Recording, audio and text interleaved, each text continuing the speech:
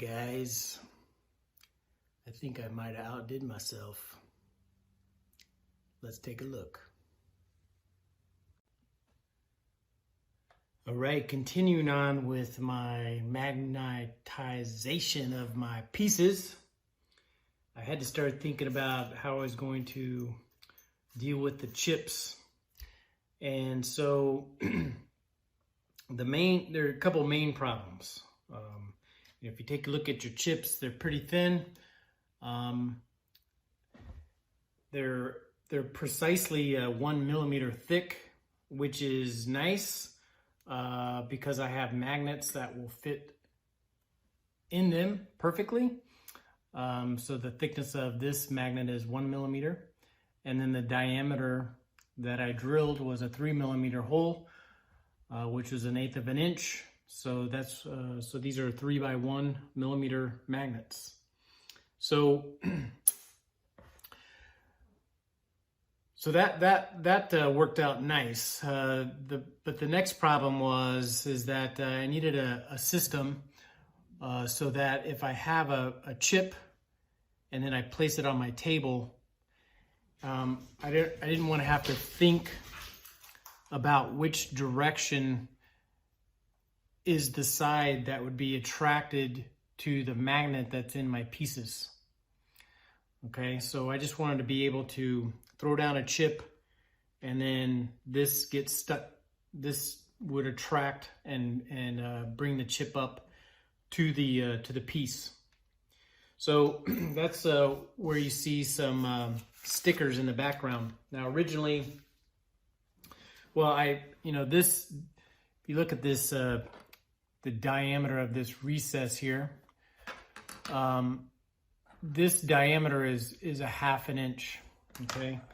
And because there's not enough, if I were to take this chip, take a magnet and put it in the hole, there's not enough surface area for the magnet to stick to the chip. Plus then you got the magnet kind of staring in your face. So I wanted a way to kind of cover that up. And so then I started thinking about, well, how can I use coloring and things like that to help notify the person that, hey, this is the good side to throw down on the table or the bad side to be showing up. So that's where these stickers come in. Now, initially I bought these, I wasted $8 on these 1/4 inch diameter stickers, thinking, hey, yeah, I don't want a huge sticker on here. But this 1/4 inch, if I would have done the math, and so if this is a 1/4 inch, that's 1/8 of an inch. That only leaves a 1/16 of an inch all the way around the hole for the sticker to stick onto. It's just not enough.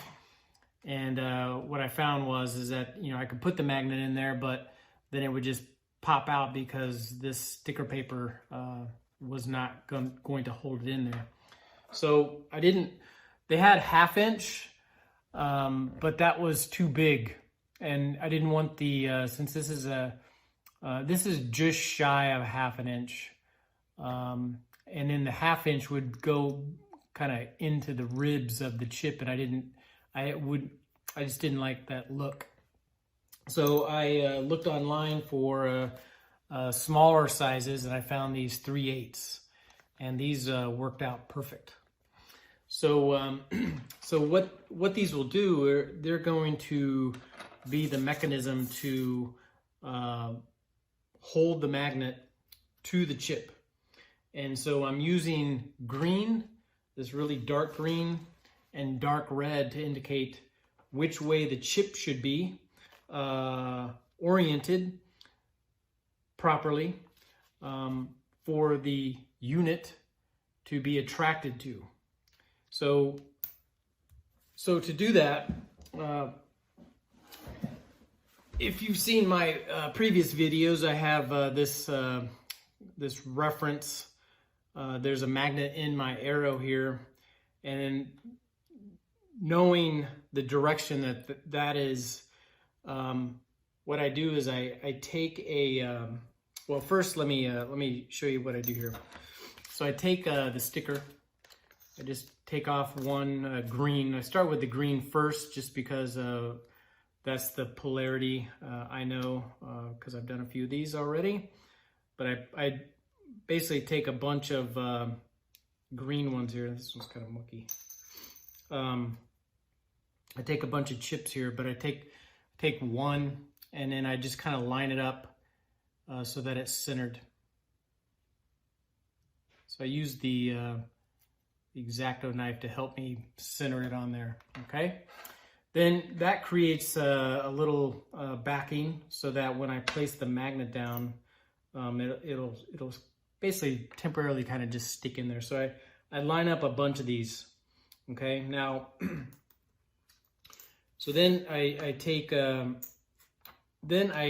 my magnet. So I take my magnet here, and at this point, there are a lot of people, what I've seen in other videos is that, the polarity, it's hard to know, right? And some people put dots of black or they put them scattered out on the table in the correct orientation, but then sometimes, they flip and it gets to be pretty messy. And that's why I like this reference because I can just take it, I can just peel it off of my stack and just drop it onto the arrow, and in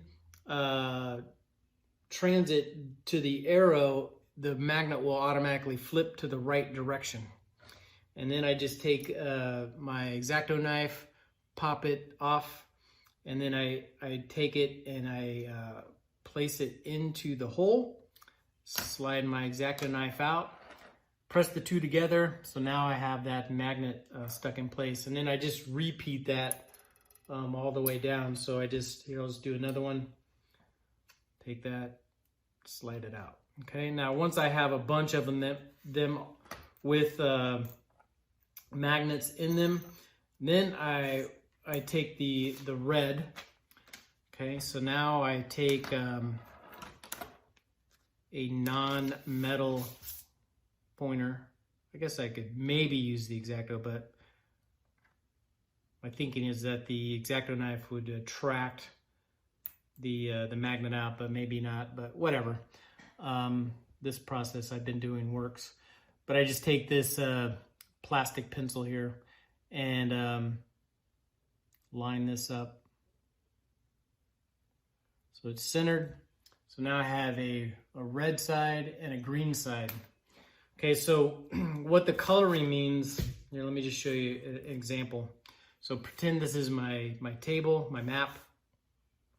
If I throw down this chip, red side up, red is bad because of the polarity of the magnet in my piece is going to be opposite, or no, the same. It's going to push that magnet away, so it's not going to want to stick to it. If I take this chip, I can throw it down on either side and it'll stick to my map because the north and south, they are attracted to metal, okay? So that was I had to try to figure out a visual cue for the user to say, okay, well, I need to have the chip green side up. Green is good. And then when I take this, you see that it snaps, okay? Now, an unintentional consequence of this, actually a very good consequence in doing this, is that because all of these chips have magnets in them, you can see I can very quickly clean up add additional chips to a stack. It provides a way to organize your chips. So like imagine, I have each user has a stack of 20 chips. And so they would just be in their trays like this, as opposed to scattered everywhere with all the pieces. And they got to fish out the chip and, try to get it out. And or they got to get the proper color. Maybe they're looking for some 5s as opposed to 1s, and that 5 is buried somewhere. But imagine, if you had a stack of fives. I use brown in my game, but if you had a stack of fives, so you could have a stack of fives and you could have a stack of ones, or some use threes and things like that. And this way you could have your stacks. They're all separate and they're nicely organized in your tray. And I just thought that was a pretty cool thing that I didn't think about initially when I was building my table. And it will certainly help in the design of my trays. So there you go. So now I have a way to, put down, 2 or 3 chips, and then put the unit, grab a couple. Everything's nice in a package. The ribs automatically snap to each other so that they're interlocking, and it becomes this nice little package to move the units around, or you can use the unit as a handle to pick up, to remove, a number, right? And you don't have to necessarily be worried about the chips, falling away from each other if you don't have a good grip, because all of this will fall together. All right, so hopefully you found this video helpful. And, you don't have to necessarily have a piece of sheet metal underneath your map or even have your pieces magnetized. But so I found that this could be helpful for those who just want to, keep their chips organized during gameplay and not have them scattered around, and also keep them organized in your trays. All right, so stay tuned for more videos that I'll have coming out in the future. Until then, take care.